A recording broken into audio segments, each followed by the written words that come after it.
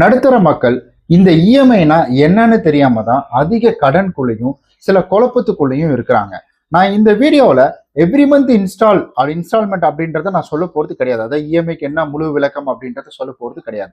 ஒரு எக்ஸாம்பிளுக்கு நீங்க சைட்ல பிக்சர் பாருங்க. 1,00,000 ரூபாய் லோன் 33% வட்டி விகிதம். ஏன்னா நான் வந்துட்டு இப்ப இருக்கிற நிலவரப்படி சொல்றேன். நான் ஏன்னா ஆப்ல இந்த மாதிரிலாம் வந்துட்டு இருக்கு, அதனால சொல்றேன். 33% வட்டி நிலவரம். அதுல ஒரு வருஷம் டென்யூர் டேட்ல இந்த 1,00,000 ரூபாய் நம்ம மாசம் மாசம் கட்டுறதுக்கு நம்ம எவ்வளவு அமௌண்ட் இஎம்ஐயா கட்டுவோம், எவ்வளவு நம்மளுடைய வட்டியில எடுப்பாங்க, எவ்வளவு நம்மளுடைய அசல் எடுப்பாங்க. ஏன்னா நம்மள நிறைய பேர் என்ன புரிஞ்சுக்கிறோம்னா, நான் ஒரு மாசம் வந்துட்டு 10,000 ரூபாய் கட்டுறேன். நான் எனக்கு வந்துட்டு அந்த 10,000 நான் என்ன செய்யறேன்னா, நான் கிட்டத்தட்ட வந்துட்டு ஒரு வருஷத்துக்கு போடுறேன்.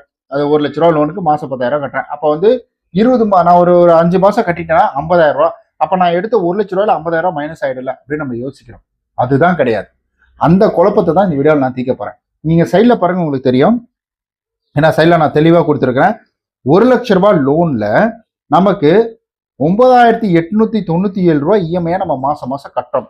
அந்த மாசம் கட்டுறதுல அசல்ல எவ்வளவு திரும்ப மைனஸ் ஆகும், அதாவது பிரின்சிபல்னு சொல்லுவாங்க. அசல் அமௌண்ட், அதாவது 1,00,000 ரூபாயில மைனஸ் ஆகிறது எவ்வளவு ஆகும்னா 7,147 ரூபாய் அங்க மைனஸ் ஆகும் அசல்ல. ஸோ அசல்ல வெறும் 7,147 ரூபா. ஆனா நீங்க கட்டுறது என்னமோ 9,897 ரூபா கட்டுறீங்க. அதுல கிட்டத்தட்ட 2,750 ரூபா அப்படின்றது வந்துட்டு உங்களுடைய வட்டிக்கு போகும். 33% இந்த மாதிரிலாம் சொல்லியிருக்க பாத்தீங்கன்னா, அந்த வட்டிக்கு அப்படின்றது ஒரு மாசத்துக்கு அதுல போகுது.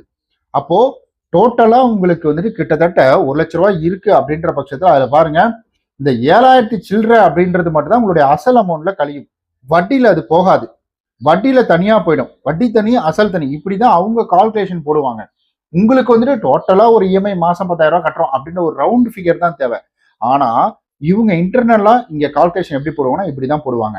அப்போ இந்த இன்டர்னல் கால்குலேஷன் எப்ப நமக்கு உதவியா இருக்கும்னா, ஒரு கட்டத்துல நம்மளால லோன் கட்ட முடியாம போகும்ல, இந்த தருணத்துல தான் இந்த கால்குலேஷன் அப்படின்றது நமக்கு உதவிகரமா இருக்கும்.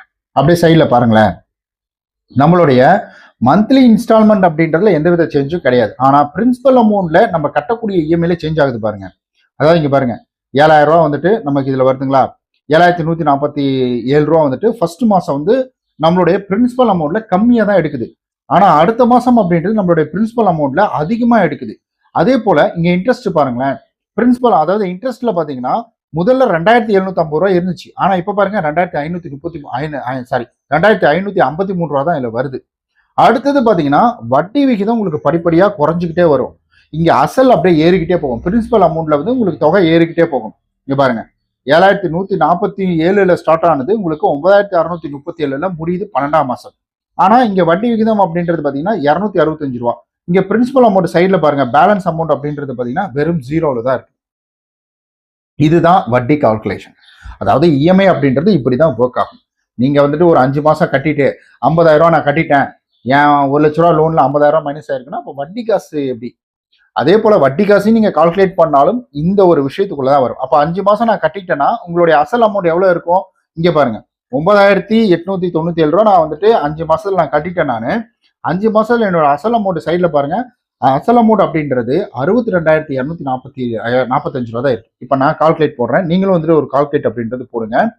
அப்போ 9,897 இன்டூ 5 அப்படின்னு போடுறேன். இது 49,000 சில்லறை அப்படின்றது வருது. 49,000 50,000 வச்சுக்கோங்களேன், 50,000 வருது. அப்போ எனக்கு இங்க 12,000 ரூபாய் எக்ஸ்ட்ரா இருக்குது. 12,000 சில்லறை எக்ஸ்ட்ரா இருக்கு. ஏன் இருக்கு? அதுதான் இந்த வட்டி கால்குலேஷன். ஸோ உங்களுக்கு குழம்பி இருக்காது, நல்லா புரிஞ்சிருக்கும்னு நான் நம்புறேன். புரிஞ்சிருந்ததுன்னா மறக்காம கீழே வந்துட்டு கமெண்ட் பண்ணிடுங்க. ஓகே பிரதர், நீங்க சொன்னது எங்களுக்கு புரிஞ்சிருக்கு அப்படின்னு சொல்லி. மற்ற சேனல்களுடைய உதவி எடுக்கக்கூடாதுன்னு தான் இந்த சேனலை செப்பரேட்டா நான் கொண்டு போறேன். இந்த சேனலுடைய ஜானரே வேற.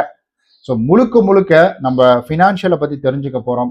ஸோ நம்ம நிறைய விஷயங்கள், பேங்கிங்கு, அதில் நம்ம ஒரு லோன் எவ்வளோ எடுக்கிறோம், எவ்வளோ கொடுக்குறோம் அப்படின்றதெல்லாம் தாண்டி நம்ம ஒரு பேங்க்ல நம்ம வந்துட்டு ஒரு அக்கௌண்ட் வச்சிருக்கிறோம். அந்த அக்கௌண்ட்ல மினிமம் பேலன்ஸ்ல இருந்து அந்த அக்கௌண்ட்டை எப்படி மெயின்டைன் பண்றது, கரெக்டா எப்படி அந்த அக்கௌண்ட் வந்து கொண்டு போகிறது, இதனால நமக்கு ஏதாவது ஃபியூச்சர்ல ப்ராப்ளம் வருமா அப்படின்ற மாதிரி இன்னும் இன்டெப்தா நிறைய விஷயங்கள் அப்படின்றத நம்மளுடைய சேனல்ல தொடர்ந்து பார்க்க போறோம்.